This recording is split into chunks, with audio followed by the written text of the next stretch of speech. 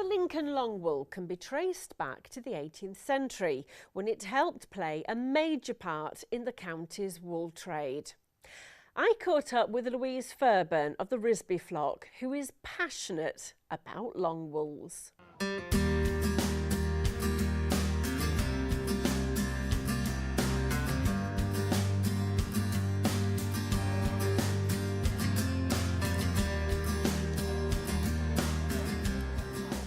Now, I've ventured down to the sheep tent and I've had to come and see the native breed of Lincolnshire, the Lincoln long wools. And with me is, I suppose, a shepherdess, Louise Fairburn, who is responsible for the Risby flock of Lincoln long wools. Now, Louise, we're down here at the Lincolnshire show. How well are you doing today? We're having a good day. We got off to a very good start in the group of three and we won that class, which is quite exciting for us. It's great to win that, and there's a trophy that goes with it. So tell me, Louise, why did you decide to choose Lincoln long wools? Well, you know, we do live on the wolds and they are the breed of this county, so there's no better place to see Lincoln long wools grazing than actually in Lincolnshire, especially on the wolds. It's a fine sight for any passerby. Your flock at Risby, how many have you got in the flock? At the moment we're running just over 30 breeding ewes, and they produce us somewhere around 40 to 50 pedigree lambs a year. And then we have start-ups as well, so all in all at any one time we might have about 100 Lincolns on the land. Wow, and you told me before we did this interview, it's a hobby. It is a hobby, an expensive one. It's just a passionate commitment, really. You know, they've crept up on us little by little. We started off with a motley crew of 6, and they grew, and then we started showing them, and it became just something that it just kind of took over our lives, really. And I bet a showing season, how long does that run then, and when does it start? Well, it starts for us in May at the new county show, which we did really well at, and then it goes right through here and there till we get to Heckington, which is it's as good as the Lincolnshire show for Lincolns, but the Lincolnshire show is the World Cup for Lincolns. So to win a first at the Lincolnshire, it's going some. That is fabulous. Now, we've got the flock there behind us, and we've seen you in the ring earlier. What do you have to do to actually prepare them for a show? What goes into the preparation? Well, it's an all-round commitment. Even now we're looking at the lambs we've got this year that will make the adult show team next year. We're looking for size, we're particularly looking for good wool.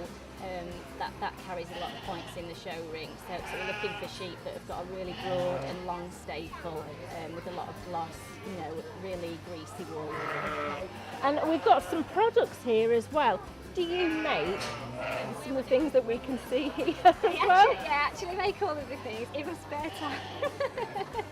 I can't believe you have any spare time. I have dyeing days when my kitchen's absolutely awash with colour and dye and wool and fibres, and everyone's got fibres in their tea and etc.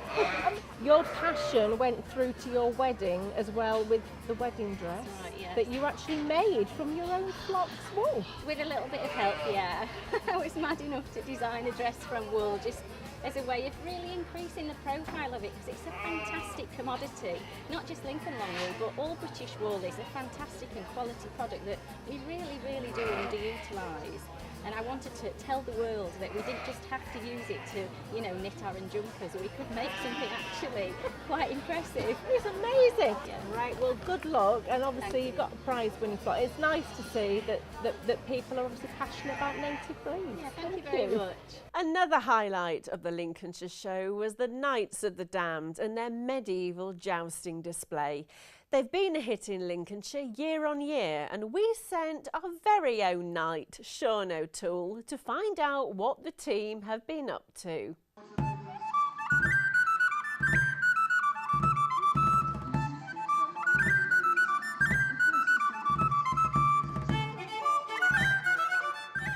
Fabulous show here today. Just tell us a little bit about your history with the Lincolnshire show.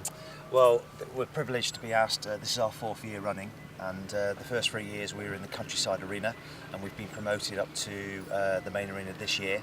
So we've done one performance already today, and we're about to go in there for the second one, and we're back on twice tomorrow. So it's fantastic, yeah.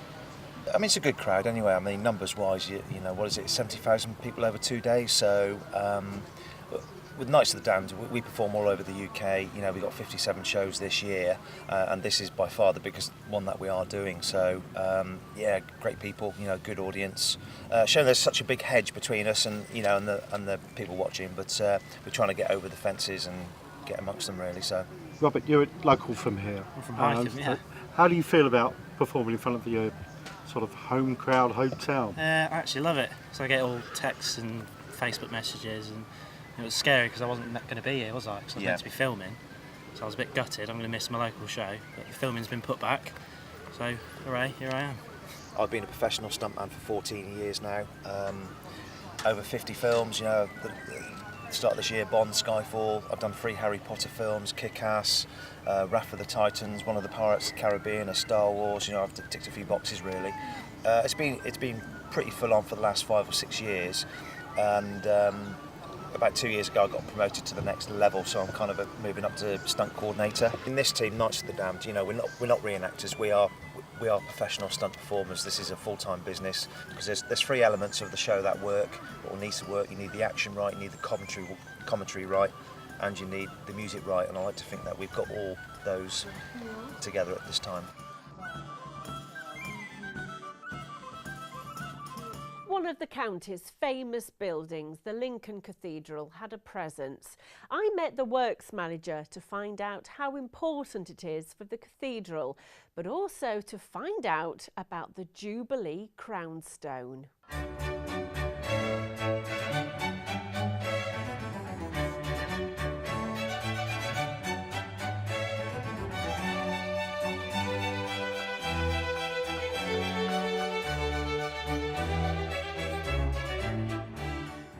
Well, I'm here at the Lincoln Cathedral tent, and with me is the works manager, Carol Hydeshoes. Now, Carol, we're here because we've got this fantastic Jubilee carving.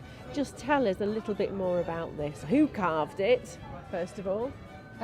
Paul Ellis, you can see his photograph here. Paul Ellis, our carver, carved it. It took him about 6 weeks to do it. Obviously there wasn't a crown there in that position originally. It was more like sort of spikes. But the stone had failed, and at the beginning of the year we decided that we would like to do something to commemorate the Diamond Jubilee.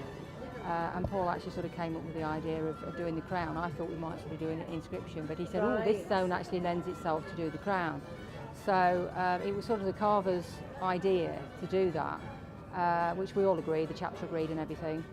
And then when he got it finished, he said, well, don't you think we ought to paint it? Because of course this is unique. This probably hasn't been done since medieval times. Right, okay. Because the whole of the West Front in medieval times would have been highly decorative, would have been coloured and painted, which we can't really sort of visualise. So again, to put something that's sort of coloured on the outside is pretty unique.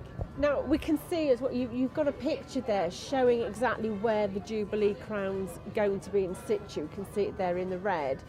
Will people see this at all from any particular level from the cathedral? Well, the stone itself is about 100 feet high, so we hope that when people come through Exchequer Gate Arch, it's going to be on the southwest corner. So if people come through Exchequer Gate Arch, if they look up on the right-hand side, they should be able to see it. Talk about the stone itself. What is it actually carved from? Lincoln Cathedral is the only cathedral in the UK that still has their own quarry. Okay. So it's our silver bed from our own quarry, which was within the city boundary. Right. So we've actually quarried the stone, sawn it, and then Paul's worked it. I mean, that is amazing, because how many cathedrals then in the country have their own works departments that are still doing this type of thing? I would say less than 10 now that have a large team like Lincoln has. I mean, there's a few cathedrals that maybe has a couple of stonemasons, but you could almost sort of say less than 10 have sort of 10 to 15 people working full time. So this is something that has been going on site at the cathedral for what, hundreds, more than hundreds of years? I would say continually. I would say almost continually since the cathedral has been built, really. And obviously it peaks and troughs and the size of the team depending on the challenges that we've got on the building. At the moment we're almost 30 strong. Brilliant. Well, thank you very much for talking to us, and what a fantastic opportunity to see this today. Until next time, from all of us, goodbye.